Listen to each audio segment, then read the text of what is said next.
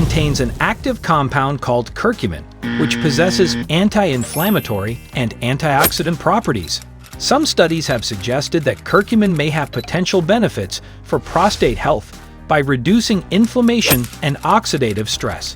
Green tea is rich in antioxidants, known as catechins.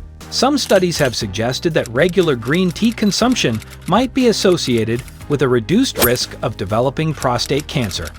Ginger also contains anti-inflammatory and antioxidant compounds.